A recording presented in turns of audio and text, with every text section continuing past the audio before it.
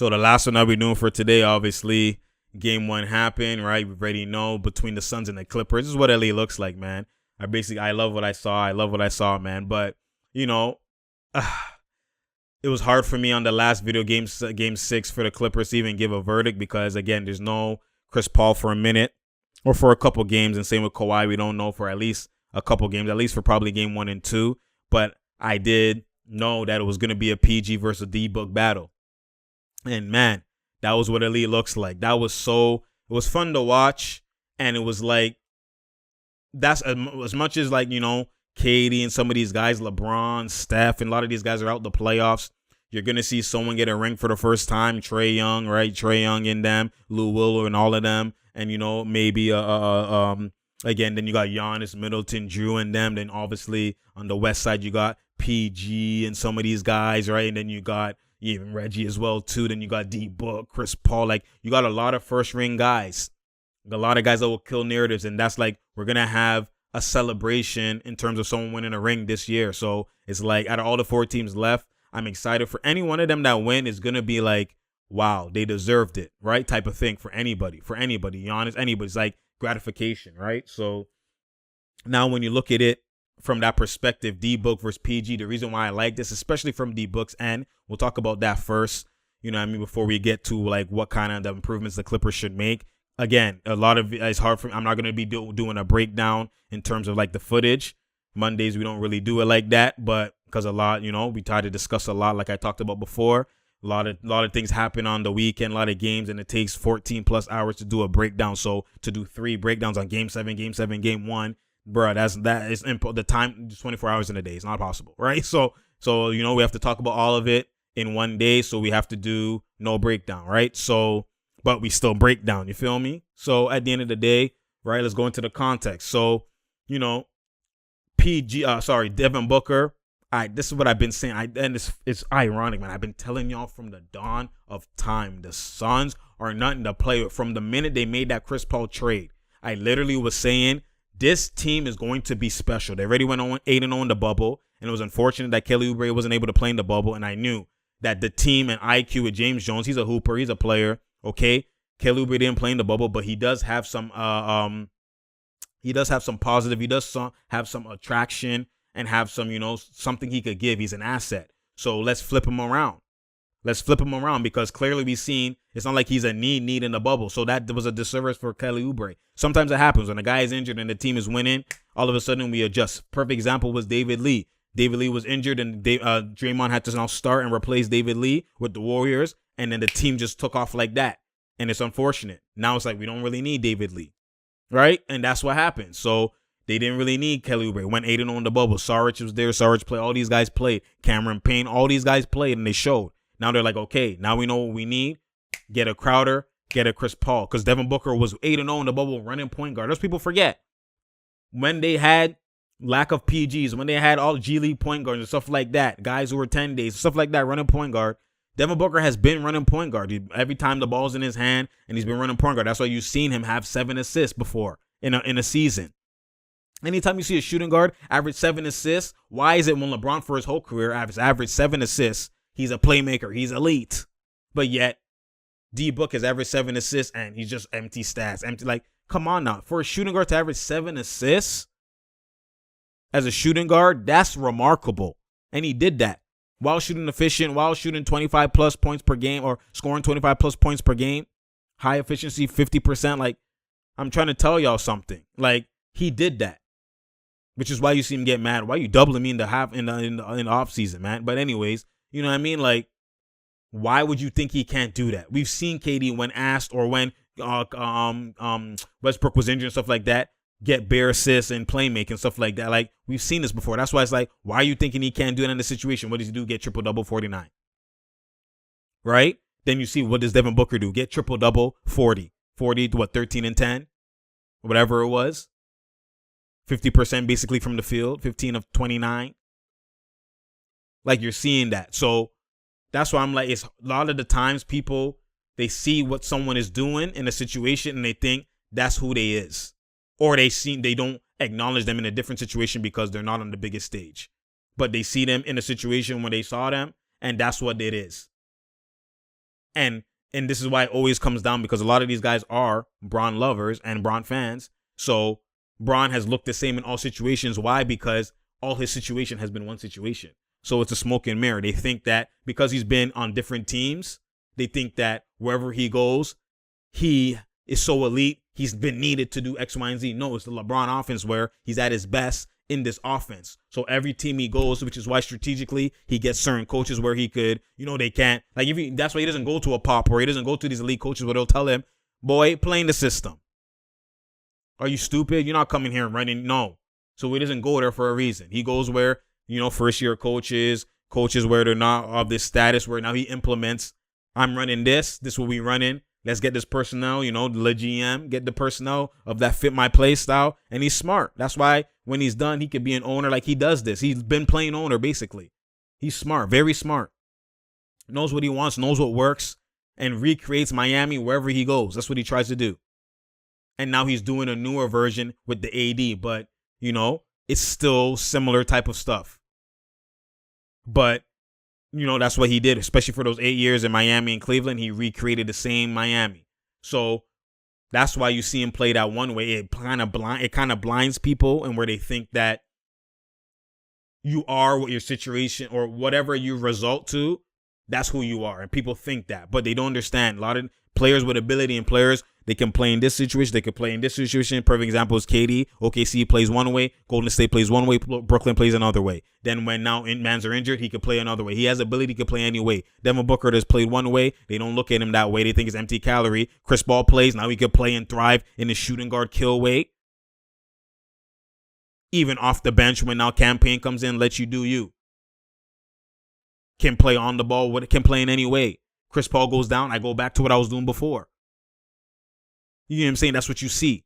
Mans could play in different situations, different roles, different things, ask of different things. If you have that ability and unlimited, that's why those guys are so potent and they're so elite.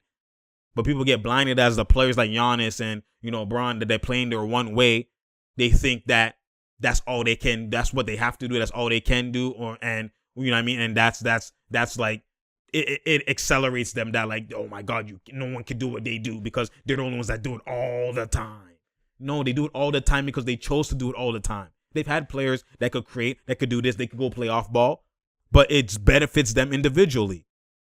And I'm not even going to go into a rabbit hole like that. But anyways, D-Book, I like how he's on this stage. I like how he now is able to display what elite looks like, tell people and show people. That's why he said, I've been waiting for this all my damn life. He's been of this ilk. Show people he been of this ilk. You boys, you need milk. You know what I'm saying? Like, what are y'all talking about? He's been of this ilk. He's been ready. He's been smooth. Come on now. Like, he's been this guy. Like, so people are like, a lot of narratives are getting debunked. A lot of things are happening where like, it's like, okay, you know what? My fault. Oh, I had it all wrong. And that's why you see a lot of the times people think of a player this way. And then all of a sudden they show you a new light and it's like, wow, he surprised me. They've always been this guy. Like, that's what it is. It's just, it's frustrating. It's frustrating. It's frustrating just seeing all the time you have to battle this and battle this. I can imagine I can only imagine what these players, how they feel. Like, I know they just feel like they just want to punch some of these, you know what I mean? Like, this, like, dog, you guys just have no IQ. Which is why they appreciate the ones that have IQ, because it's like, yo, like, really, this is what mans are doing. It's just, it's like, you love the game and you happy, but then in the same breath, like, it's kind of like, damn, it's a gift and a curse. The media, when you do well and it's like they celebrate you, it's like, woo. But then when now it's like these fugazi narratives just get so, they get pushed so further than what they would ever be pushed. If like just a regular smuggler Joe just said it, people would just be like, oh, are you stupid? Shut up. But now it's like me and everybody now is regular smuggler Joes and everybody is saying it. So it's like it has legs, and it just now affects, sometimes it could affect your locker room. It could affect your coaching decisions. It could affect, like, it's just a draining. It's draining. So I can only imagine what these players go through, man. That's why I always feel for these players. And sometimes it looks like I'm shitting on a player, but it's like I have to pick and choose. Am I going to big up this player, or am I going to destroy this narrative that is bigger than this player? And that's what happens. So sometimes certain players look bad in this light. Certain times this player looks good in this light. And it just goes like that. It's just, I don't really dictate that. I just debunk a narrative first. And then, sometimes players it looks like I'm shitting on a player depending on the narrative. But, it kind of, that's how it goes. But, at the end of the day, I already know all these NBA players are are basically them ones compared to just the regular guys. If you were to see these players off the court, like, they would kill a lot of, like, come on now, like, even the most regular schmegular Joe that y'all be roasting and every man be saying is garbage will fry mans in a LA Fitness run. You know what I'm saying? Like, you'll be surprised at the moves and the ability you see from that man. Because like Dwight Howard, I promise you, will probably do step backs in a run, like shimmies, face up game. Like, I'm not even gonna go down that hill. But anyways, like, D Book, like, I mean, I'm just happy. I'm so happy he's of that Kobe ilk. It's funny how CP3 was trying to get to play with Kobe and couldn't. It got vetoed, and now he's playing with a Kobe-like guy. It's irony, a younger version, while he's older. So it actually works out, because when you're older, you would want to play with young guys of that ilk so that they have all the energy. And that's why the Suns, I've always was saying, was destined to be great, because they have the perfect balance of, like, Crowder, who's a veteran, CP3, who's a veteran, but they're not, like, hobbled and, like, on one leg, or like Fugazi. They're still athletically in their primes and, like, extended primes, and, like, even Crowder's not even hella old, but I'm CP3 in particular, like, you know what I mean? Like, he's been doing plant-based, and his body's been right, and he's been taking care of his body, but at the end of the day, his skill doesn't warrant him doing and being so athletic and all that type of stuff. Then the other guys, defensively, they have athletic guys who are young as hell, so they're going to have energy, run, they're going to pad one-on-one, so they could go small ball, they could do whatever, and then, Ayton Young, all these guys young, 3-and-D guys, like, perfect balance. It's perfect. It's perfect balance of everything. So, at the end of the day, that's why I always knew this team was ready. And then D Book and CP3. And then now you look from the Clippers side of things, man. Like, that's what I was saying. This game, PG, obviously they had a battle, and what was transpiring was, if you look at it, just how this game happened, this game started with, obviously Ty Lue was going to go small ball because that's been working. I said beforehand, remember I said, you can't do small ball versus this team with Ayton, because other teams like the Jazz, Rudy Gobert's in posting, he's only a roll threat off the pick. If you cancel and you switch everything, the pick cancels. He's not just going to him in the post and he's killing, right? It's not happening. So when you look at it from that perspective, you could get away with small ball. All you have to do is box out and gang rebound. But with the Suns, Ayton can kill you in the paint. And, plethora of guys could pump fake and dribble penetrate for the Suns. But Ayton himself can kill you in the paint. He could post up. He could kill off the alley. Like, he's not just a roller. So that small ball is not going to be able to work. It might work at times and make it look and feel nice, but you're like, the positives and outweigh the negatives. It's like it's either even or the negatives outweigh the positives. And that's what I was saying, is you're not going to be able to use it. That's why he started Zubats to start the third quarter, right? Not only that, Devin Booker can kill off one-on-one. So when you switch everything, you can throw it to Ayton, or there's multiple guys campaign, a lot of guys that could could break down your initial defense, right? And so now, it's just, you can't just go small.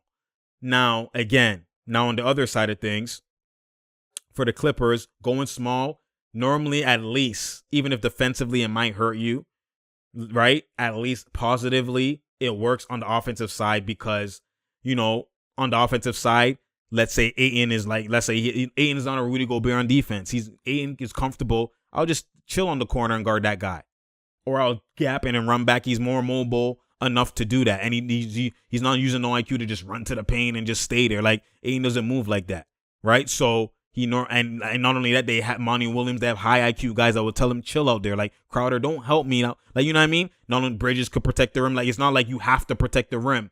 Guys could get contact. Guys could, it's not like. And they're going to play smart. They're just smart. They're just smart over there in Phoenix. So, when you look at it from that perspective, that's why what would work for you offensively, that run into the paint, drive, and hitting and open shooters, isn't going to be the same versus the Suns. Not only that, you're not going to be able to just break down the initial defense and get to the paint. The one-on-one defenders for the Jazz, other than Royce, were sussing. They were all getting beaten and broken down. Mitchell, even Royce. All of them were getting killed off Reggie, even without the screen. The Suns actually have great one-on-one defense. Individually, you saw that versus the Lakers, you saw that versus Denver, which is why if you didn't have two stars where we had to double and whatever, and even when we have to double, we have great mobility and we can athletically rotate. So they're literally like a picture perfect defensive team with their young guns and length. Like, their defenders aren't just small. Bridges has length. Cam Johnson has length. Crowder has somewhat length, 6'6", right? Like, you know what I mean? It's not like, You know what I mean? Like literally, Bridges literally like the better version of Mo Harkless. What Mo Harkless was supposed to be in 3-and-D, and if Mo Harkless could shoot, that's what Bridges is. That defense is so potent, is elite. That length is elite. He's like 6'8", 6'9", basically.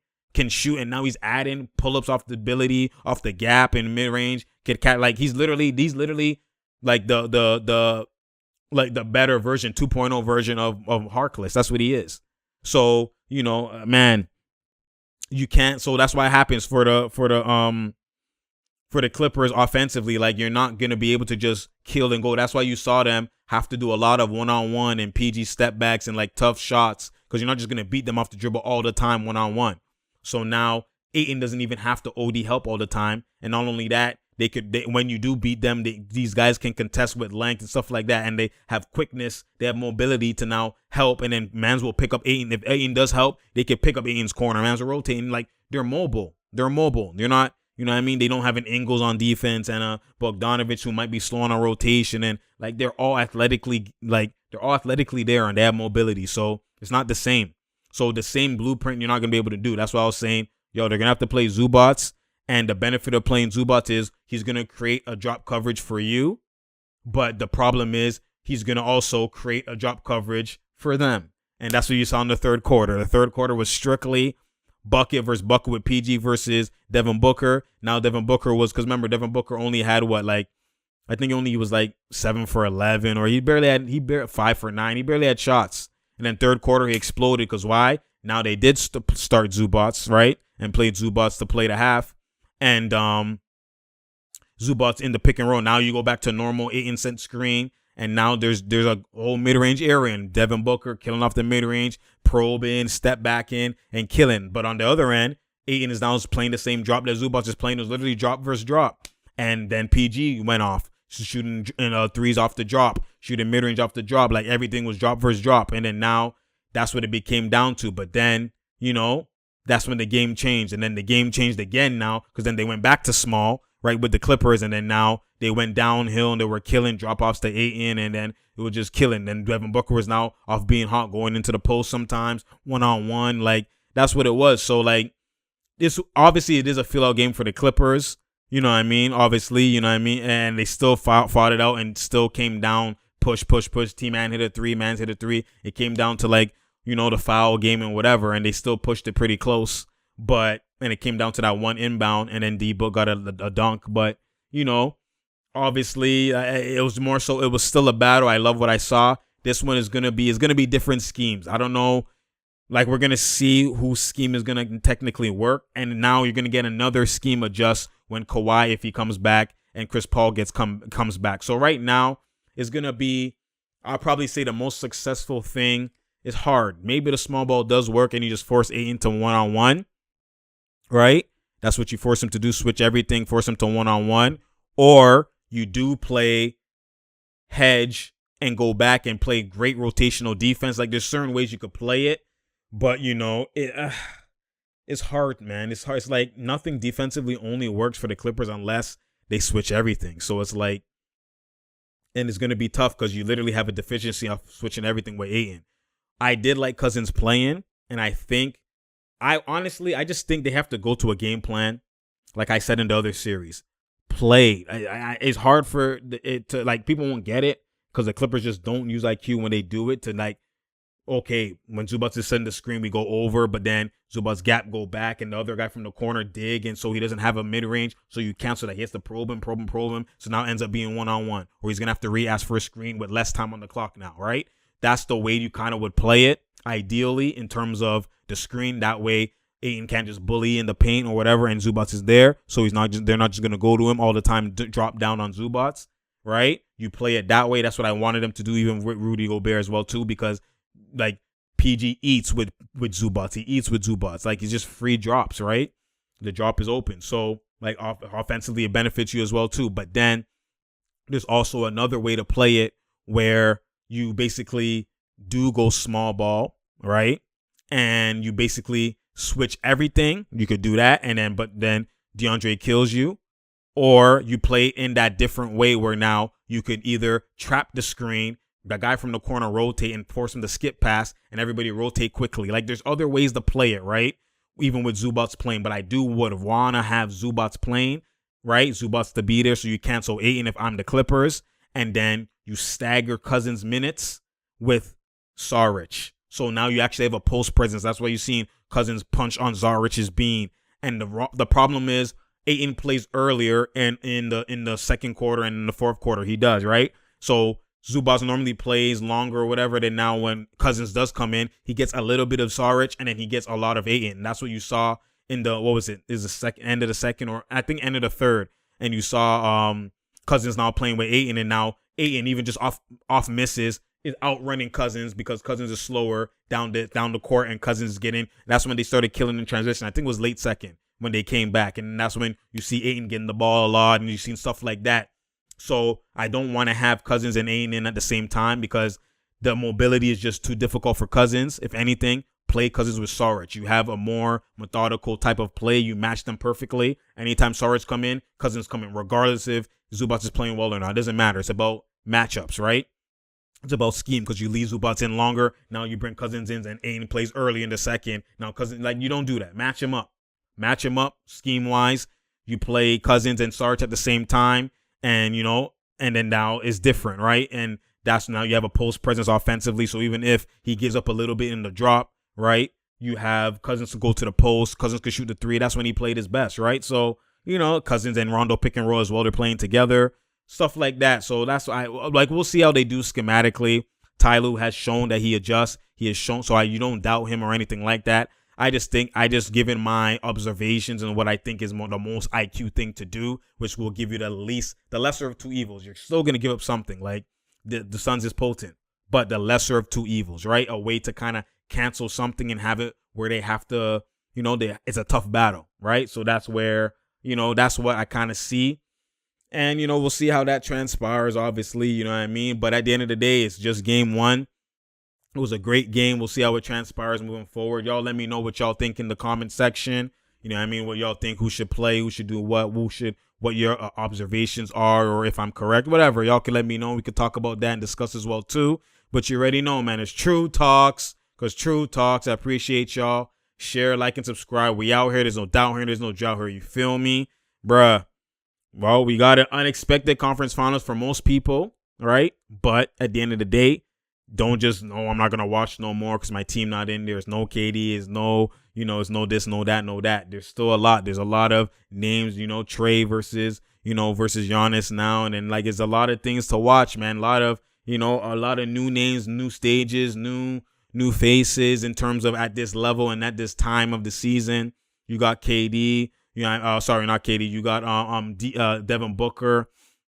Right, you got Devin Booker and PG, and then stuff like that. There's a lot of great things and great stories unfolding as well too. So you just gotta watch. If you're a hooper and you're a hooper, or if you love basketball, you love basketball. You can't just tune out because your guy's not there. You know what I mean? At the end of the day, you gotta watch. So it's what LA looks like. I appreciate y'all. Again, share, like, and subscribe. We out here. There's no doubt here. There's no drought here. You feel me? Again, like I said, I appreciate y'all. Spread the word because I'm out here. There's no doubt here. There's no drought here. You feel me? Appreciate y'all, man. Click that notification button so you know when I'm here, because I'm here. You feel me? That's what elite looks like, man. Bruh, you gotta love it, bruh. Let's get it. And I'm out, man.